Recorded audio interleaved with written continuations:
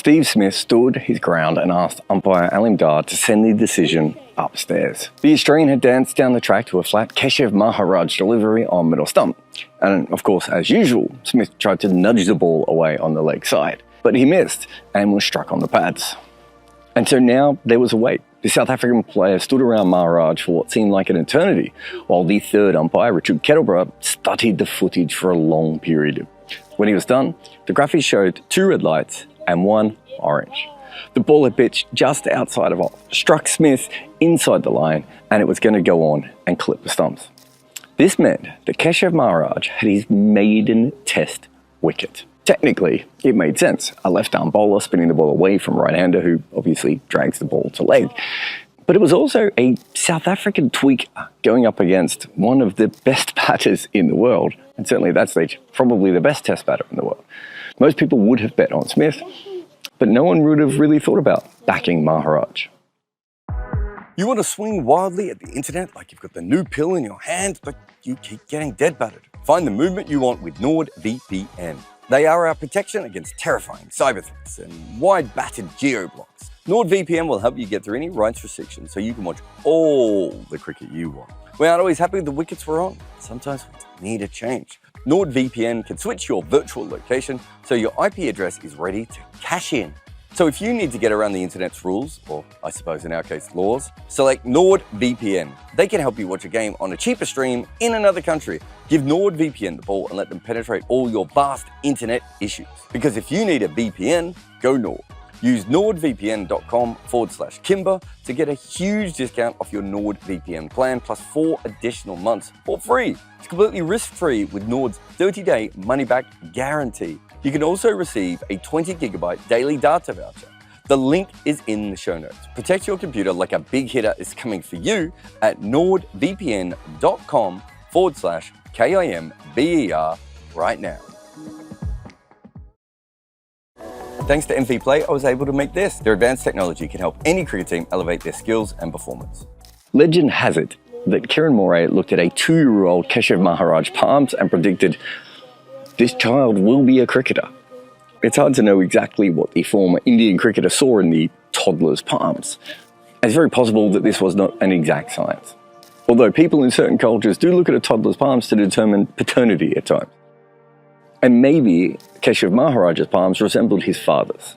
Atmanand was a former first-class cricketer from Natal B, and his career didn't really go anywhere, and a large part of that was because the sport was segregated at that time. And Natal B was about as good as it got for him.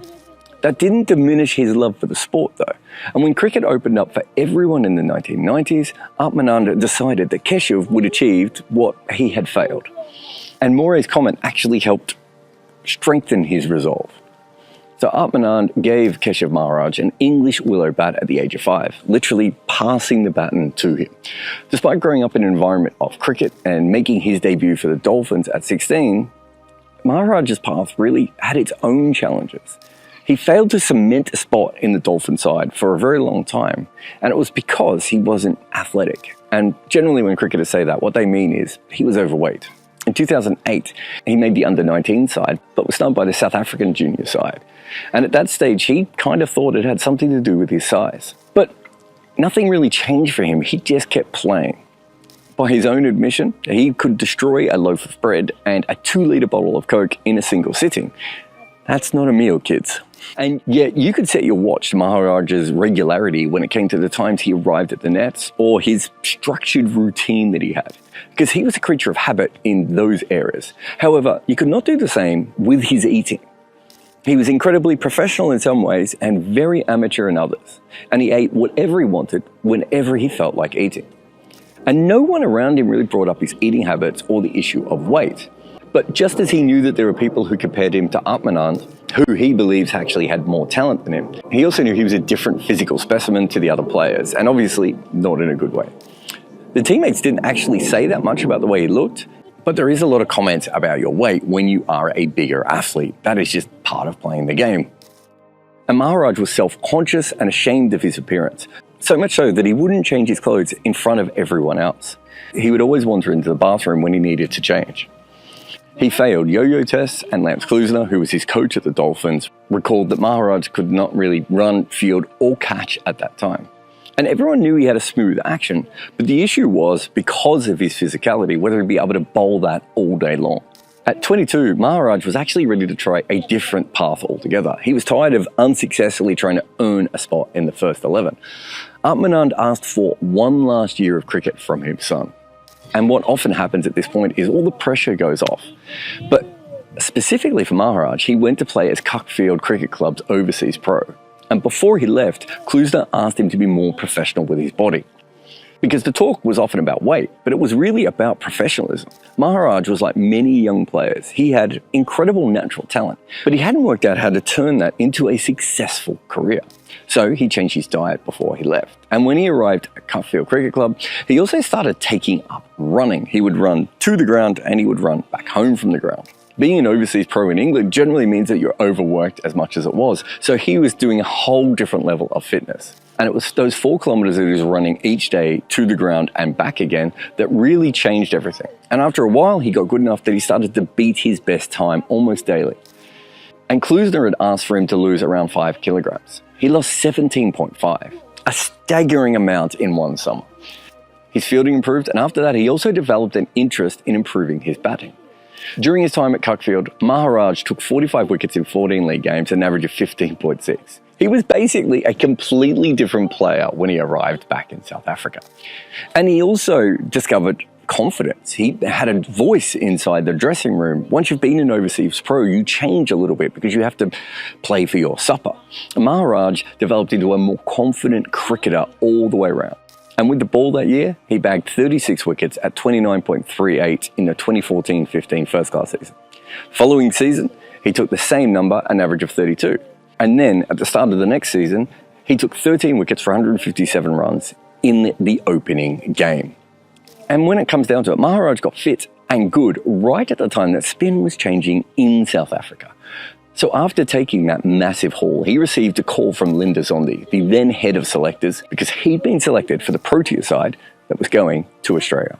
Even now, Maharaj gets goosebumps thinking about the time that Hashim Amla presented him with his cap. But there's something else that's sort of goosebumpy about this story. Because once upon a time, South Africa had the 4 leg spinners of the apocalypse: Reggie Swartz, Aubrey Faulkner, Bert Vogler, and Gordon Wyatt. It is these 4 leg spinners that all played in the one side that won South Africa their first test match and helped them win their first ever test series. Yet think about South African cricket today. The modern equivalent of them would be Kikisa Rabada, Nandre Burger, Unrit Nortje, and Lungi Ngidi. But these spinners all taught each other. Swartz learned his leg spinner from Bernard Bosanquet, an English player who had played with Middlesex and also gone to travel, and also the two of them had played together in Philadelphia.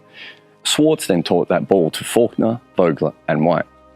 Maharaj didn't have a Bosanquet or a Swartz to guide him.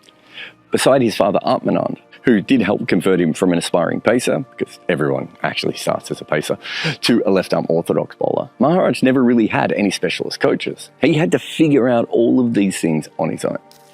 Now, it always helped that he had a good work ethic. He was the cliche player who was the first to arrive and the last to leave. And he was quite diligent in the way he bowled, bowling at smaller and smaller targets to hone his craft. And all of this is a shame because traditionally South Africa had a healthy relationship with the turning ball. But for generations, the Southern African nation saw spinners as salad.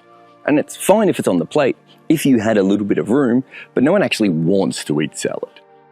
So the history of South African spinners post-readmission is really rough. Like Robin Peterson was a left-arm leg spinner, and he was told to change to finger spin because it was seen as easier to coach and also more practical because he'd be spinning the ball away from right-handers. Paul Harris thought of himself as a wicket taker and quite an aggressive bowler as he was coming through the ranks. And the higher he got in cricket, the more defensive everyone made him bowl until at the end he was basically a nappy for South Africa.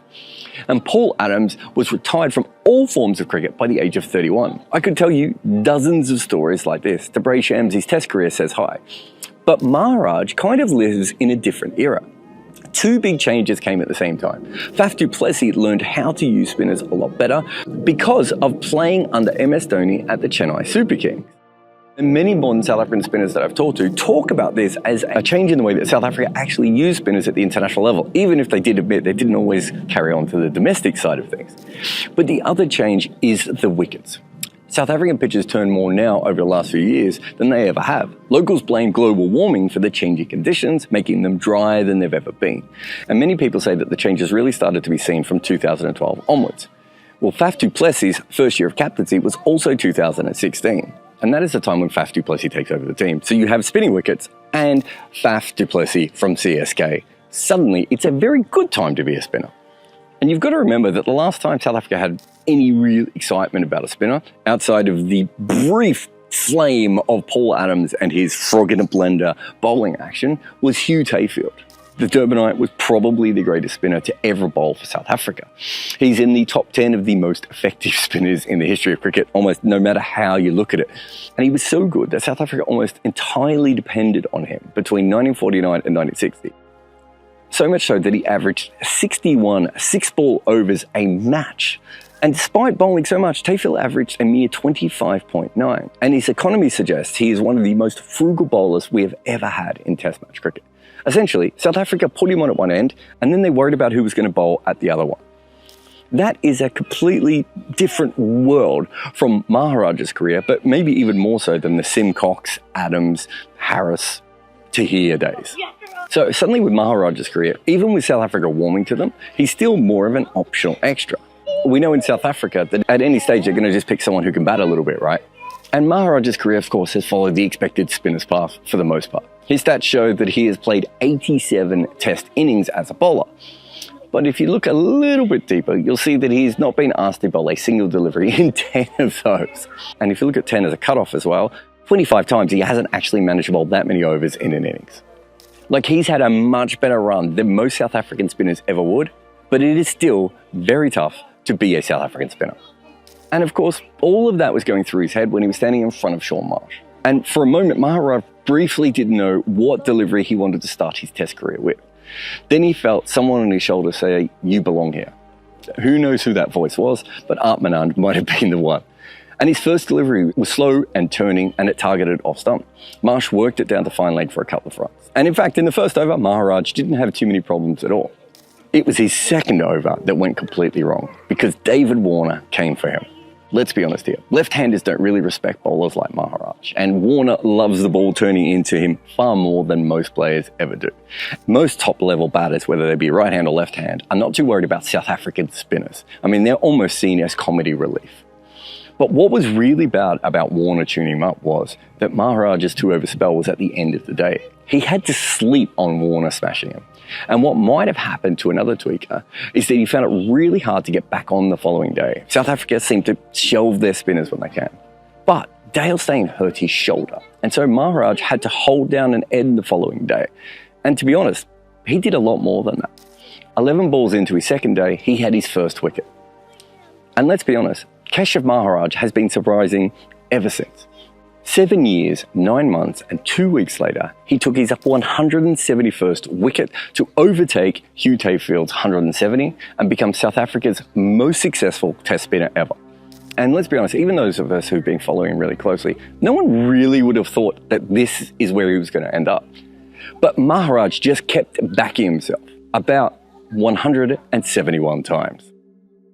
I have a book out with Abhishek Mukherjee, and it is called Overthrowing Cricket's Empire. And it's about the stories of how each team beat England for the first time. We go all the way back to the demon Fred Spofforth getting annoyed at W.G. Grace for acting a little bit like Alex Carey. And then we come all the way to present times with Rashid Khan's England's redemption. We cover every single team to beat England in a major international, but we also talk about the incredible stories, like the barefoot basher from Fiji that almost played for New Zealand. In fact, this book is full of tales like that, like how Pakistan lost a top batter after he was on the run from an angry husband of a movie star he was having an affair with, and also how one future captain of his nation realised he might have to go out and bat at Lords and that he didn't own his own pads. Cricket was used as a tool by the Empire, but what happens when those nations grow up and get good at it? Find Overthrowing Cricket's Empire on Amazon today.